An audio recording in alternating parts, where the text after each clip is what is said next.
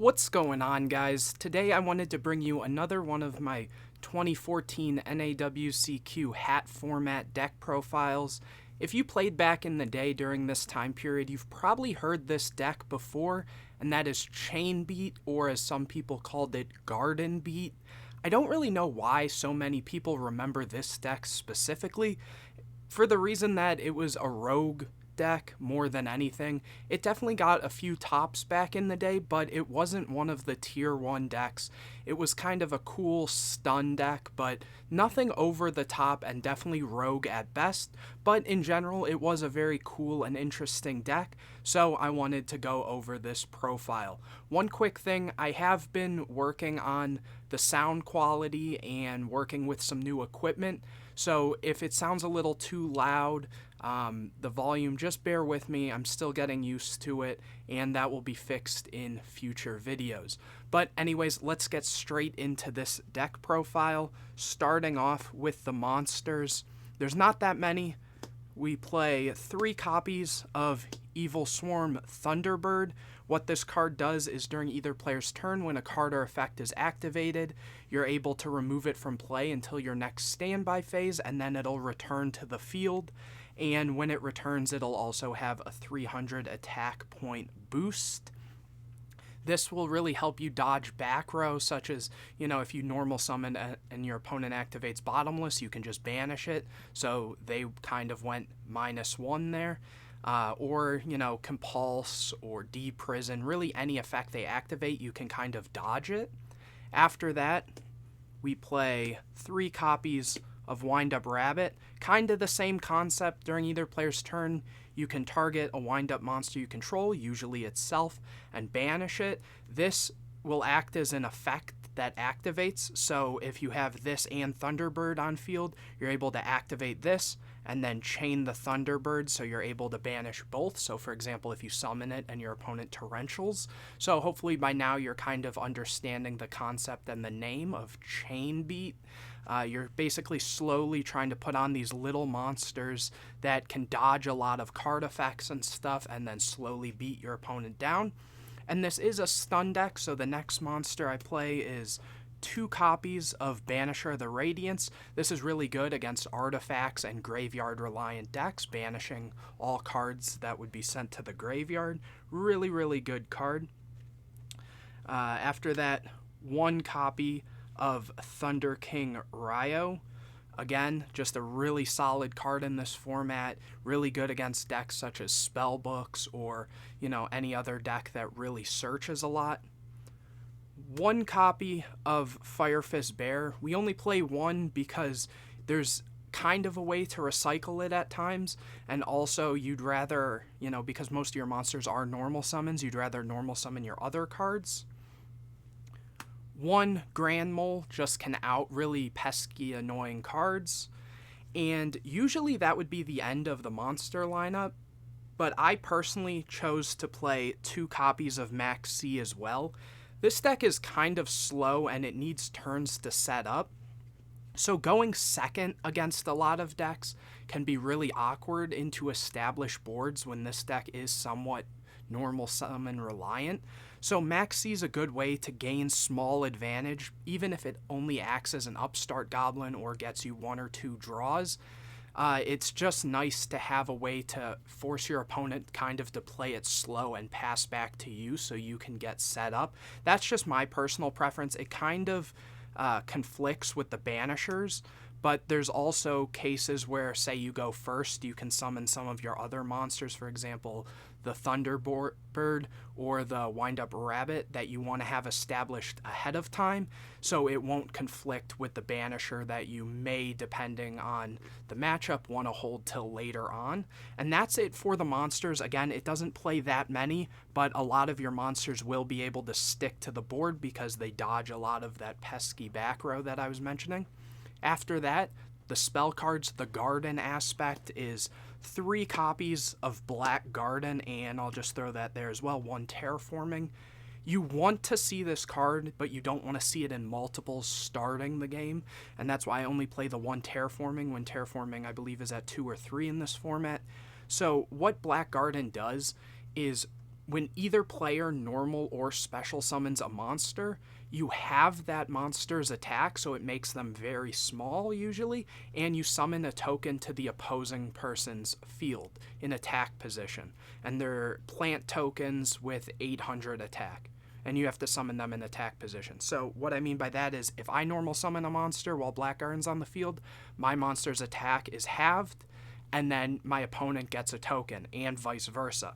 What's kind of cool about this with Thunderbird and with Wind Up Rabbit is since they banish themselves and then return to the field, they'll return to the field with their full attack, which makes that really, really good. It also has another effect. It's a little confusing, but the gist of it is you blow up all the tokens on the field, and then you target a monster in the grave with an attack equal to the attack of the plants that were destroyed from this effect, and special summon it, and you also destroy this card, I believe, if I'm remembering correctly. So usually, because it's 800 attack, it'll be multiples of 800, so that's how you're able to kind of recycle your bear, your banisher, and just in general, have a bit of good synergy with the rest of your deck. Besides that, 3 copies of Duality. Your special summons aren't as important, mainly because you don't go into the extra deck a whole lot in this deck. Most of your special summoning is from Black Garden, so searching your deck is really good. 2 copies of MST and 2 copies of Forbidden Lance. Originally, I was playing 3 MST because you really don't want to deal with your opponent's back row, but I found that Lance is really good going into boards, where MST is more selective and random in a lot of cases. So being able to just make sure that your guys go through and not get hit with things like Breakthrough Skill is really important. 2 copies of Fire Formation Tenki. The only reason you play 2 is because you only have realistically 2 different monster targets, one being Bear and one being Wind Up Rabbit. So you want to see one of them, but you don't necessarily want to see too many of them. And the last spell is 1 copy of Dark Hole. And the last of the deck is Traps. Like I said, this is kind of a control-y type deck, so this deck can in theory play a lot of different floodgates. But I'll show you what I choose to play for the main deck. 3 copies of Fiendish Chain. The reason we play Fiendish over Breakthrough is, again, because we're playing Banisher, so this is more likely to stick, as well as because you're always banishing your monsters usually, and then they come back, and you're trying to protect those. The deck can be susceptible to just dying from your opponent putting up really big boards or killing off your monsters. So this also protects them from, being destroyed by battle, since the monster targeted with this won't be able to attack. After that, 2 compulsory escape device. Some people play 3. I'll explain a little later on why I only chose 2. This card, while each player controls a monster, they choose one monster they control and shuffle it into the deck. So a cool thing you can do is with the Garden tokens, if your opponent summons a monster, you get a token. You can flip this, get rid of the token, and get rid of their monster.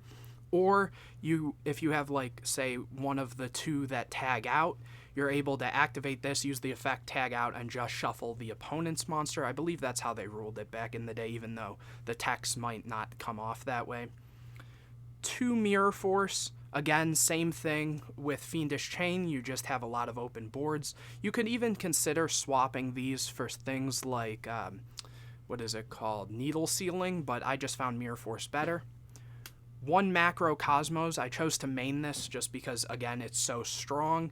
And this is another one of those cards that kind of conflicts with the Max C, but in general, if you haven't seen this, or like I mentioned with the Banishers, that whole thing, this card is just, it wins too many games on its own. 1 Compulse, which is why I chose to play the 2 Escape device. This one returns to the hand, but the others return to the deck. This just is more live a lot of times. Bottomless, Torrential, 1 Blackhorn. I chose to play the Blackhorn because I wanted another copy of Solemn Warning, which the last trap is Warning. So I just chose to do 1 and 1. And that's it for the main deck. Like I said, the extra deck doesn't come up that often, but it is important to have it as an option. So what I choose to play is more impactful extra deck cards. So Crazy Box is just a 3,000 attacker.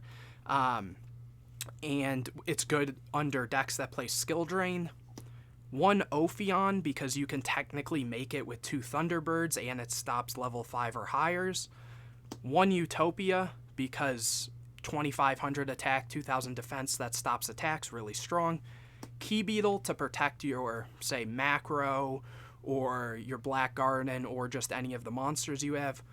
1 101, technically you could cut this. If I were to cut it, I'd probably play a second Exciton that we'll get to in a minute.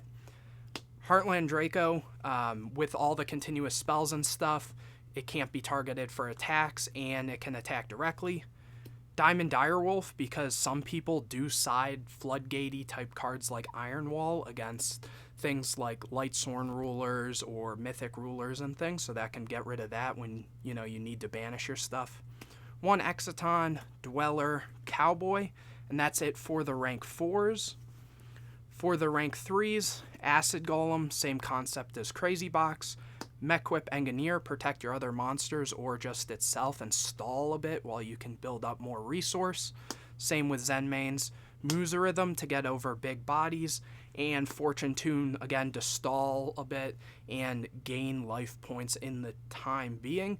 And that's it for the deck profile. If you guys have questions about siding in this deck, definitely let me know in the comment section. Usually it can be somewhat suggestive, or that's not the right word. I forget what I'm trying to say, but basically I think the side decks are more opinion based on what matchups you don't feel the most comfortable with, which is why I don't include them in these videos. But anyways, if you enjoyed this video, if you wouldn't mind, please leave a thumbs up on it. Comment any questions you have or videos you'd like to see, deck profiles, gameplay, siding patterns, tech choices, things like that. And anyways, guys, I will see you in the next video.